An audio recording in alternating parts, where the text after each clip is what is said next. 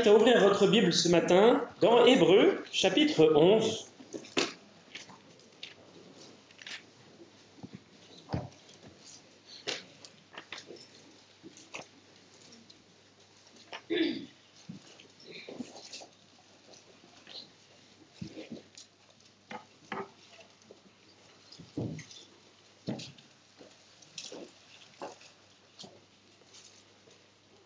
Avant de plonger les regards dans la parole, on va implorer le Seigneur de nous aider à comprendre.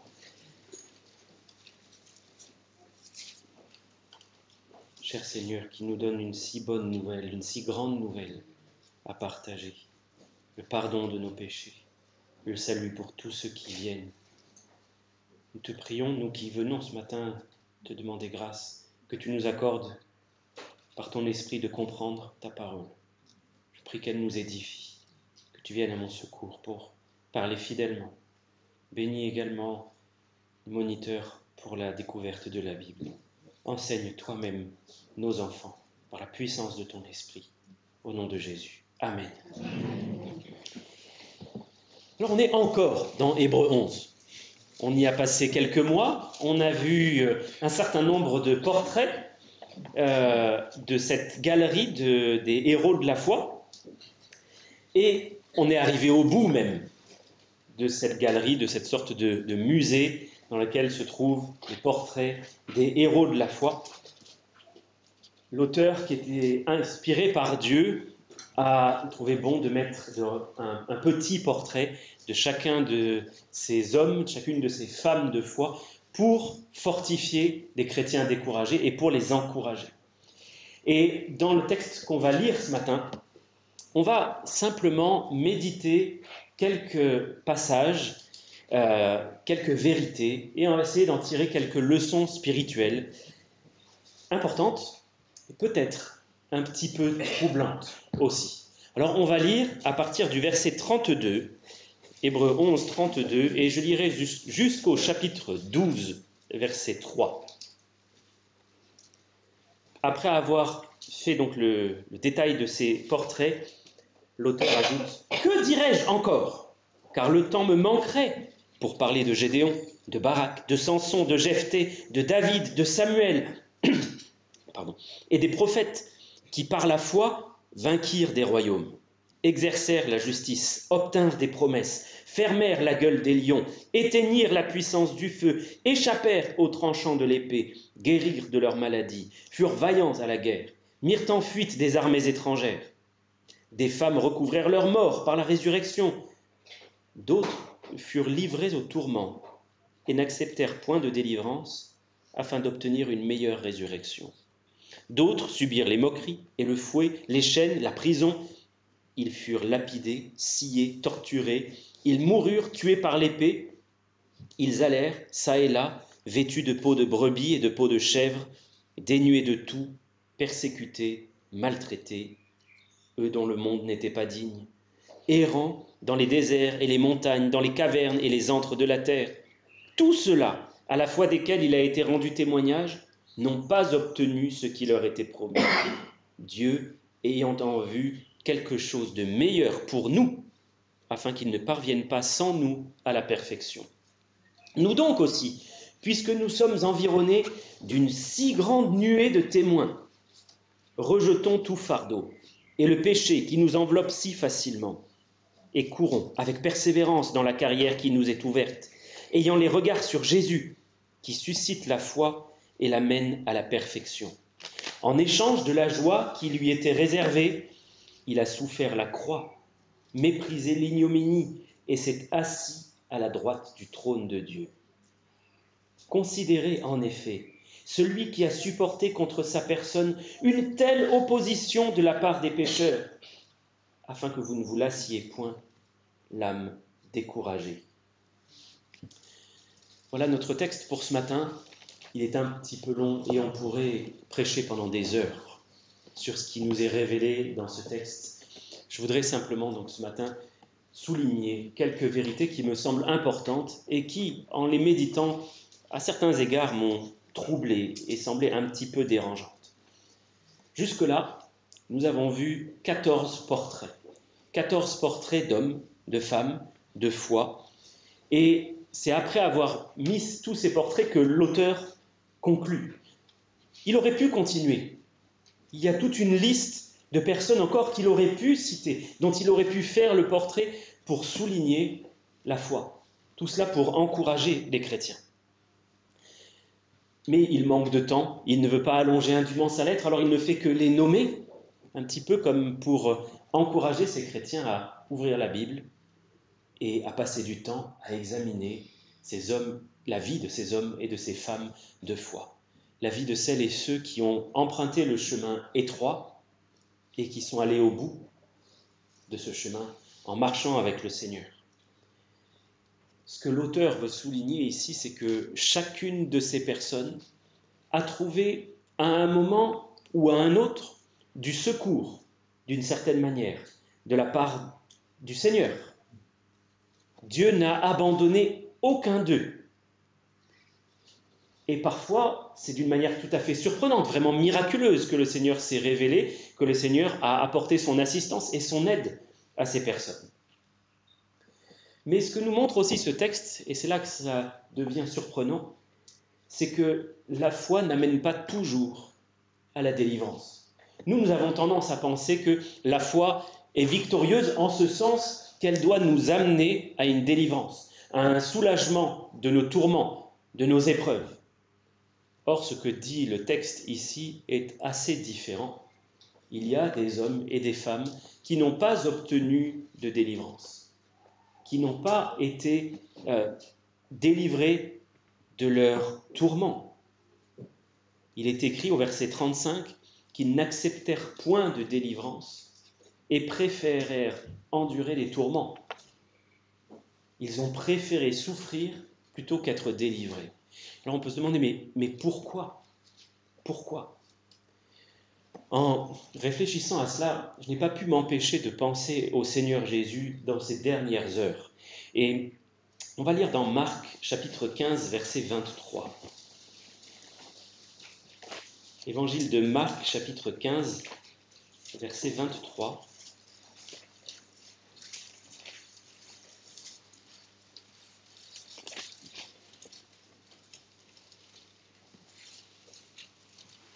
Le Seigneur Jésus a été arrêté, il a été mené jusqu'au lieu du supplice, après avoir déjà été flagellé, et il est écrit qu'ils lui donnèrent à boire du vin mêlé de myrrhe, mais il ne le prit pas. À ce moment-là, on a voulu offrir au Seigneur un anesthésiant. La myrrhe a cette capacité, cette vertu de pouvoir soulager la douleur, un peu comme un Doliprane, si vous voulez. Je ne sais pas quelle en est la puissance, mais nous voyons que le Seigneur a refusé ce soulagement, peut-être léger, des souffrances qu'il avait à endurer. Il a refusé que ces souffrances soient amoindries. Pourquoi ? Parce qu'il voulait porter l'entièreté de notre souffrance, l'entièreté du châtiment que nous méritons sans être soulagés de quoi que ce soit.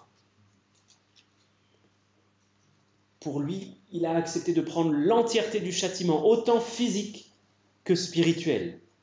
Alors, il a refusé de prendre toute forme de soulagement. Et je fais le parallèle avec ces disciples de Dieu dont il est question dans notre texte d'Hébreux qui n'ont pas accepté de délivrance. Il y a des disciples du Seigneur qui sont si totalement remplis, pétris de la personne de Jésus, si totalement habités par lui, qu'ils refusent toute forme d'allègement de leur souffrance, si cet allègement viendrait à amoindrir leur témoignage, si cet allègement viendrait à ternir d'une manière, quelque manière que ce soit, la façon dont ils sont censés vivre pour le Seigneur. Ils sont habités aussi de cette pensée que le serviteur n'est pas plus grand que son Seigneur. Alors s'ils ont maltraité le maître, pourquoi eux, serviteurs, ne seraient-ils pas maltraités au nom du maître ? Pourquoi accepteraient-ils un traitement de faveur, finalement ? Quand il est dit qu'il voulait obtenir, c'était afin d'obtenir une meilleure résurrection, Ce n'est pas l'idée que les souffrances nous amènent à ressusciter, à mieux ressusciter que les autres, puisque par le sang de Christ, nous sommes tous ressuscités. Nous avons tous la même vie en Christ.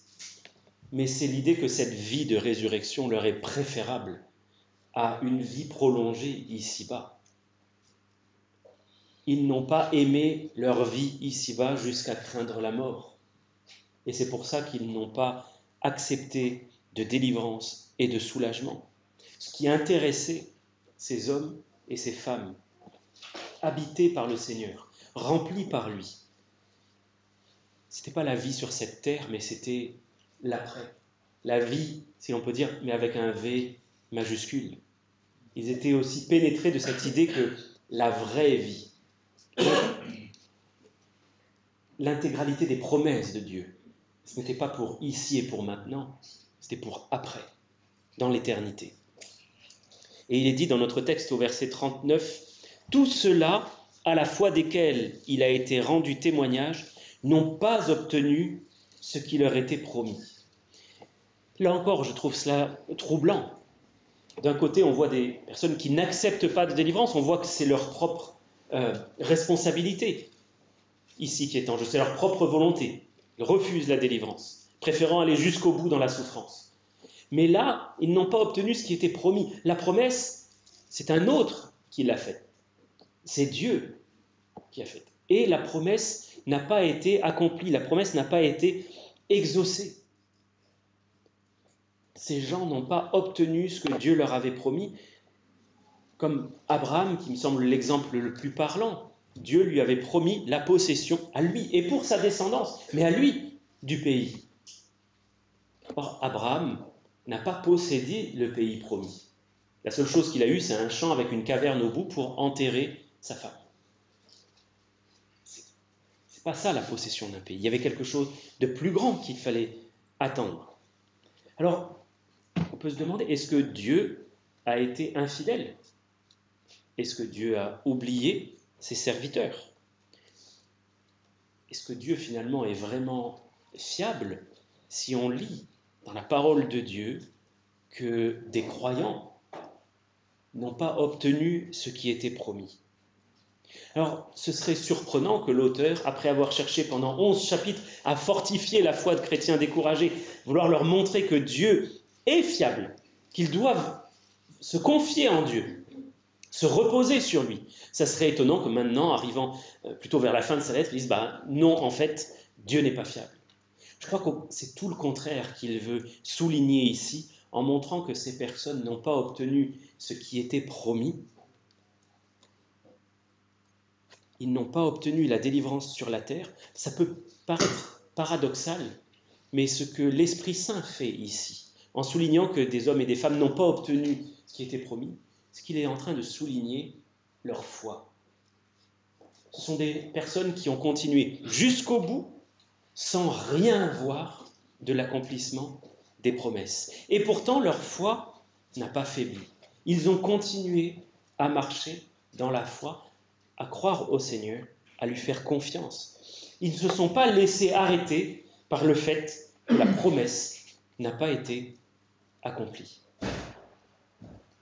Habité par cette pensée, je ne vais pas me laisser arrêter par quoi que ce soit sur cette terre.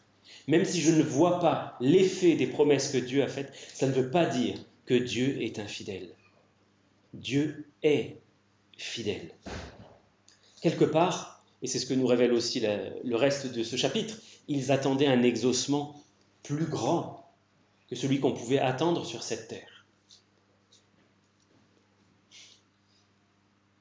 Si Dieu n'a pas permis que sa promesse trouve son accomplissement pour eux, c'est que Dieu a une intention plus grande, meilleure aussi pour ses disciples. Et je crois qu'il y a là une leçon pour nous. Parce que lorsque nous commençons à marcher dans la foi, nous nous appuyons sur les promesses de Dieu. Et si l'accomplissement de la promesse se fait un peu attendre, nous pouvons en tirer des conclusions erronées, juger hâtivement le Seigneur m'a abandonné, le Seigneur m'a complètement délaissé, le Seigneur m'a menti, il ne m'a pas exaucé, il n'a pas accompli sa promesse. Lorsque Dieu nous refuse un bienfait, comment est-ce que nous réagissons? Lorsque même Dieu prolonge l'épreuve, et s'il venait même à la prolonger jusqu'au bout, comment verrions-nous le Seigneur? Notre regard sur lui changerait-il? Est-ce que nous arriverions à la conclusion que non, Dieu n'est pas fidèle, Dieu n'est pas fiable? Ici, le texte nous montre en exemple des hommes et des femmes qui, bien qu'ils n'aient pas eu l'exaucement des promesses, bien qu'ils aient été jusqu'au bout dans les souffrances, ont gardé la foi. Ils se sont appuyés sur ce qu'ils savaient de Dieu. Et que savons-nous de Dieu? Nous savons que Dieu est lumière et qu'il n'y a pas en lui de ténèbres. C'est-à-dire qu'en Dieu, il n'y a pas de dessein caché, il n'y a pas d'intention mauvaise. À aucun endroit, Dieu est pure lumière. Nous savons aussi que Dieu est amour. Tout ce qui émane de Dieu est fait par amour. Il ne cherche pas à nous tromper et il désire toujours notre bien suprême. Nous savons aussi que Dieu n'a pas dit aux croyants, « Cherchez-moi en vain ». Autrement dit, ce n'est pas parce que nous cherchons Dieu et que nous n'avons pas de réponse immédiate que notre recherche de Dieu est vaine. Nous savons aussi que la parole de Dieu est éprouvée, qu'elle est la vérité. Nous savons que le Seigneur Jésus a dit « Je suis le chemin, la vérité et la vie », qu'on ne vient au Père que par lui. La foi, finalement, garde cela comme un trésor. C'est la parole de Dieu qui est chérie dans le cœur, plus que l'accomplissement d'une promesse, plus que le soulagement dans nos circonstances. Rappelons-nous que Dieu est celui qui nous accorde toute grâce excellente et tout don parfait. Si l'une de ces promesses ne trouve pas son accomplissement dans ma vie, si elle reste en suspens, c'est que Dieu a quelque chose de meilleur.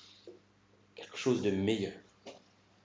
C'est ce que veut dire notre texte. Mais je voudrais attirer notre attention, si vous êtes toujours dans Hébreux 11, sur quelque chose de tout particulier, au verset 40. C'est écrit que Dieu avait en vue quelque chose de meilleur pour nous. Pour nous.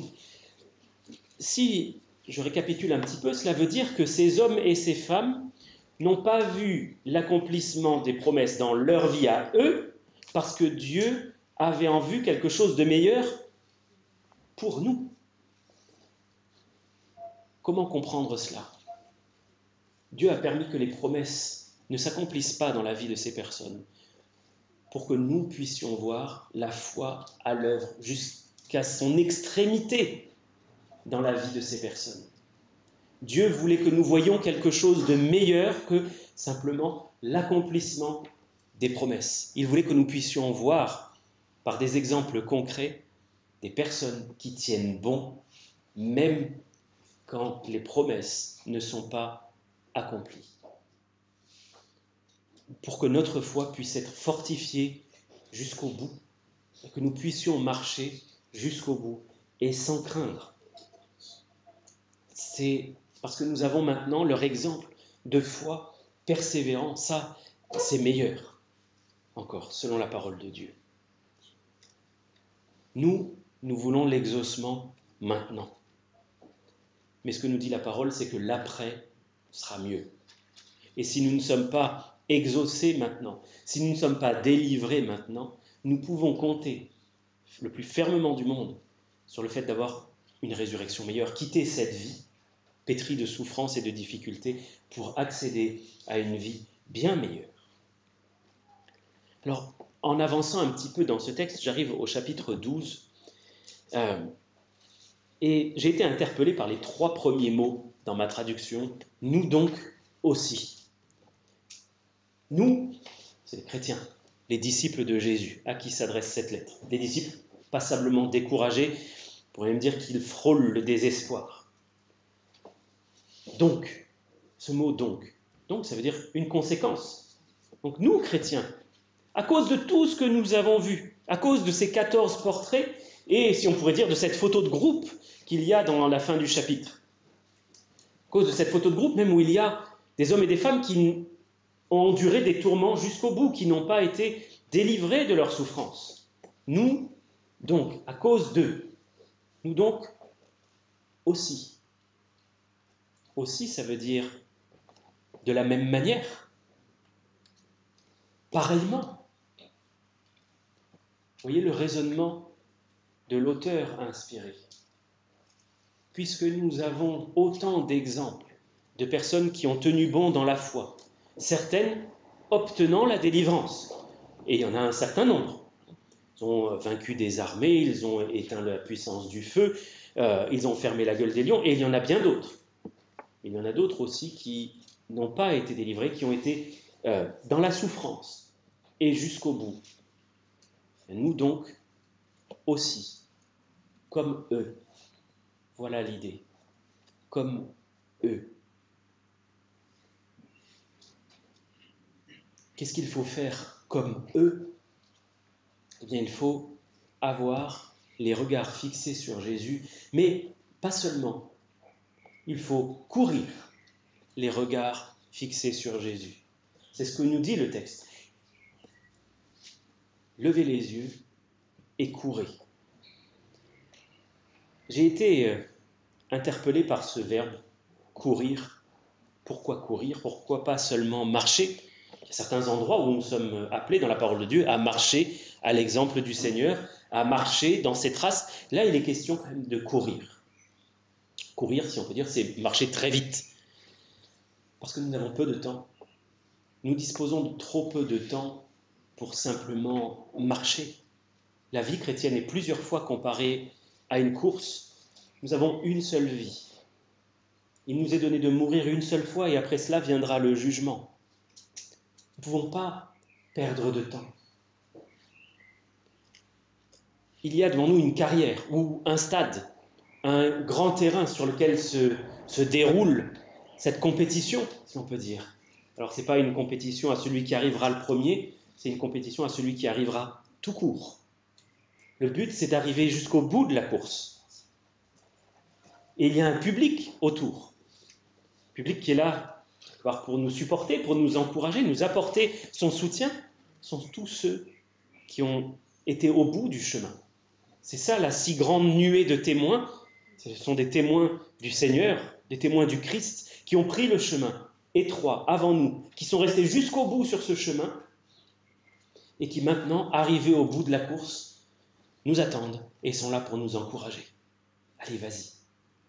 Toi donc, aussi, comme moi, j'ai tenu jusqu'au bout. Tu peux le faire. Je n'ai pas tenu par mes propres forces, j'ai tenu par la puissance de Dieu qui agit en moi, par la puissance de son esprit qui vit en moi. Toi donc, aussi, cours. Mais courir n'est pas suffisant. Il faut courir en ayant les regards sur Jésus. C'est ça qui fait qu'on peut courir jusqu'au bout, qu'on peut courir bien, parce que c'est Jésus qui va nourrir la persévérance, qui va nous donner un second souffle. C'est en se nourrissant de son exemple qu'on peut aller jusqu'au bout.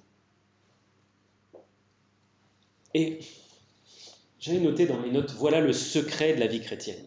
J'ai mis secret entre guillemets, parce que je n'aime pas tellement ces expressions, vous voulez le secret de la vie chrétienne, voilà les 3 étapes pour réussir dans votre vie. Non. Mais s'il devait quand même y avoir une clé, une chose vraiment importante à retenir, c'est d'avoir les yeux fixés sur Jésus. Parce qu'il est le chef de la foi, ou l'auteur de la foi. C'est un mot qui n'est pas évident à traduire, mais c'est celui qui suscite la foi. Et c'est celui qui l'amène à la perfection. Et c'est très fort parce que ce texte nous dit que Jésus lui-même, en tant qu'homme, à l'approche de la croix, a dû avoir quelque chose en vue pour supporter les souffrances. Nous savons qu'un ange lui est apparu pour le fortifier, pour lui rappeler, il y a quelque chose au bout. Il y a l'éternité derrière. Et notre texte nous dit que Jésus avait en vue la joie. la résurrection, finalement, la vie de résurrection, la joie qui lui était réservée. C'est pour ça qu'il a pu aller jusqu'au bout, souffrant, la mort et même la mort de la croix. Mais alors, qu'est-ce que ça veut dire de garder les regards sur Jésus? Comment est-ce que je fais pour avoir les regards fixés sur Jésus alors qu'il n'est pas là en chair et en os?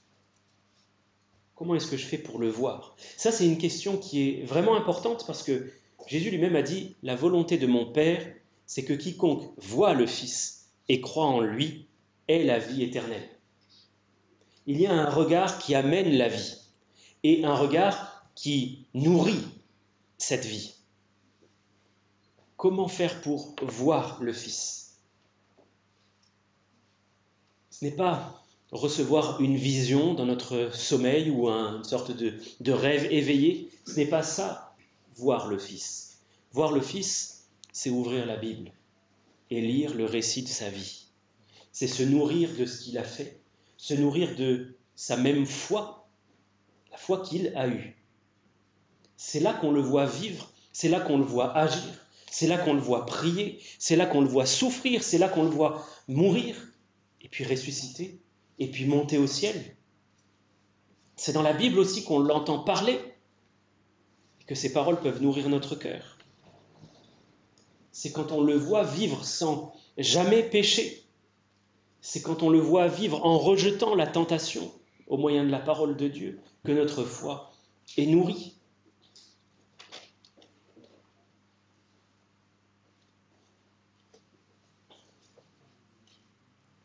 Quand un sportif veut remporter une compétition, il doit avoir les yeux fixés sur le but.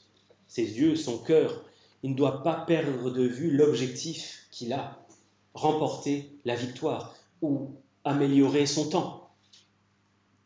Nous non plus ne devons pas perdre de vue l'objectif, d'une certaine manière. Aller jusqu'à la vie éternelle, jusque dans l'éternité, dans la fidélité. C'est sur lui que toute notre attention doit être focalisée.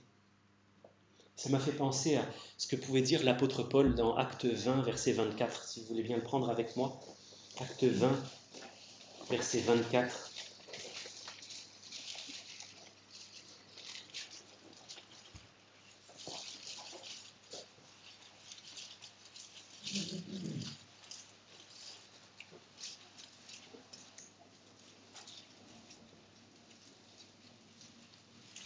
Alors je vais même lire à partir du verset 22. L'apôtre Paul dit « Maintenant, voici, lié par l'Esprit, je vais à Jérusalem, ne sachant pas ce qui m'y arrivera. Seulement, de ville en ville, l'Esprit Saint m'avertit que des liens et des tribulations m'attendent. Mais je ne fais pour moi-même aucun cas de ma vie comme si elle m'était précieuse, pourvu que j'accomplisse ma course avec joie. » J'arrête simplement là la lecture, il continue sur son ministère. Nous devons chercher à accomplir notre course avec joie. Nous ne savons pas exactement ce qui nous attend. Nous pouvons être raisonnablement sûrs qu'un certain nombre de tribulations nous attendent, parce que ceux qui veulent vivre attachés au Seigneur seront persécutés. Mais ne cherchons pas à protéger notre propre vie ici. Cherchons la vie de résurrection qui est après. Courons, mais la Bible nous dit de courir en rejetant tout fardeau et en rejetant le péché qui nous enveloppe si facilement. Peu importe ce qui se passe ici-bas, ce qui compte, c'est l'éternité. Jésus ne s'est laissé arrêter par rien. On peut dire que sa vie, il l'a passée à courir. Elle a été relativement courte, sa vie, ici-bas, mais quelle vie! On ne peut pas imaginer une vie plus remplie et une vie plus glorieuse. Alors peu importe que notre vie soit longue ou courte, du moment qu'elle est remplie et qu'elle suit le Seigneur. Tellement de choses peuvent nous ralentir. Il y a des fardeaux, des péchés qui pèsent. Je ne sais pas si vous avez déjà essayé de courir avec un sac à dos bien lourd ou courir en portant un de vos enfants, si vous en avez. Ce sont des choses qui ralentissent considérablement, qui fatiguent. Dans notre vie, il peut y avoir aussi des choses qui nous pèsent. Il y a des inquiétudes qui sont parfois légitimes, compréhensibles, mais qui nous retiennent, qui alourdissent notre cœur. Et Jésus a dit, ne vous inquiétez pas pour votre vie. Et il a ajouté, qui de vous, par ses inquiétudes, peut ajouter une coudée à la durée de sa vie? On voit ça dans Matthieu 6. Alors, déposez vos fardeaux, vos inquiétudes au pied de la croix, laissez le Seigneur s'en charger et courez. Autre chose qui peut nous ralentir, c'est la culpabilité. Le sentiment de culpabilité, ça pèse lourd sur nos cœurs. Parfois, ce sentiment de culpabilité, il est légitime. Nous sommes vraiment coupables. Ça ne serait pas étonnant parce que nous sommes des pécheurs. Mais parfois, ce sentiment de culpabilité n'est pas légitime. Il vient d'une conscience soit trop sensible, soit un petit peu tordue, qui ne voit pas les choses comme Dieu les voit exactement. Et cette culpabilité, le Seigneur l'a déjà portée. La culpabilité de notre péché a été portée entièrement à la croix. Et le Seigneur nous dit, j'efface tes transgressions comme un nuage, tes péchés comme une nuée. Reviens à moi, car je t'ai racheté. Alors, cette culpabilité, on la dépose à la croix et on continue à courir. Et la troisième chose qui peut nous ralentir, pas la culpabilité, mais c'est le péché lui-même. Ce péché qui nous enveloppe, qui veut nous embobiner pour nous ralentir, pour peser, pour nous retenir, nous empêcher d'avancer et finalement nous arrêter totalement.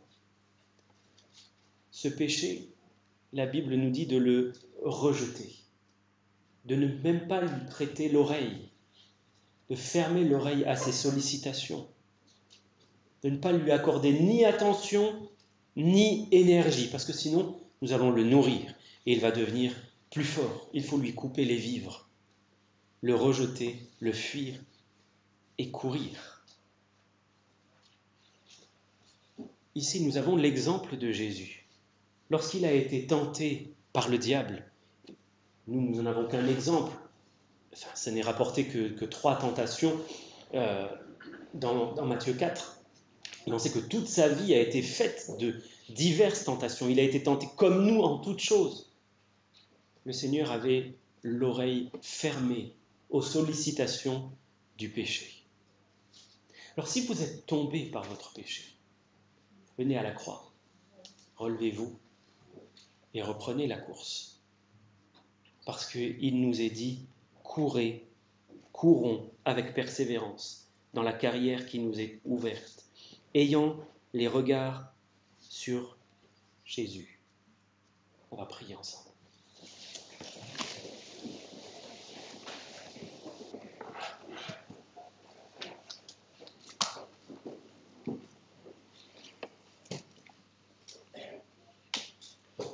Mon Dieu, comme souvent, je suis impressionné par la grandeur de ta parole, la grandeur de ce qui m'est donné de partager. Fais-nous grâce, Seigneur, pour que nous ayons les regards sur toi, détournés de notre vie ici-bas, de nous-mêmes. Rends-nous attentifs à une chose, vivre de toi. Parce que tu nous as tellement aimés que tu t'es donné pour que nous vivions par toi. Remplis-nous, Seigneur. Fais-nous cette grâce de savoir poser le regard de la foi sur toi. Nourris notre cœur de ta parole, de ton exemple. Et donne-nous de courir, sans nous laisser retarder, retenir, appesantir ou même arrêter. Je prie, Père, que tu relèves tous ceux qui parmi nous sont tombés, tous ceux qui se sentent coupables, à tort ou à raison. Je prie, Seigneur, que tous ensemble, ce matin, nous venions maintenant au pied de ta croix et déposer nos fardeaux, déposer nos péchés, notre vision même qui est erronée de cette vie, nos désirs, et que nous ne fassions aucun cas de notre vie comme si elle pouvait être précieuse, mais que nous puissions courir pour toi. T'avons ainsi prié pour ta gloire et au nom du Seigneur Jésus-Christ. Amen. Amen.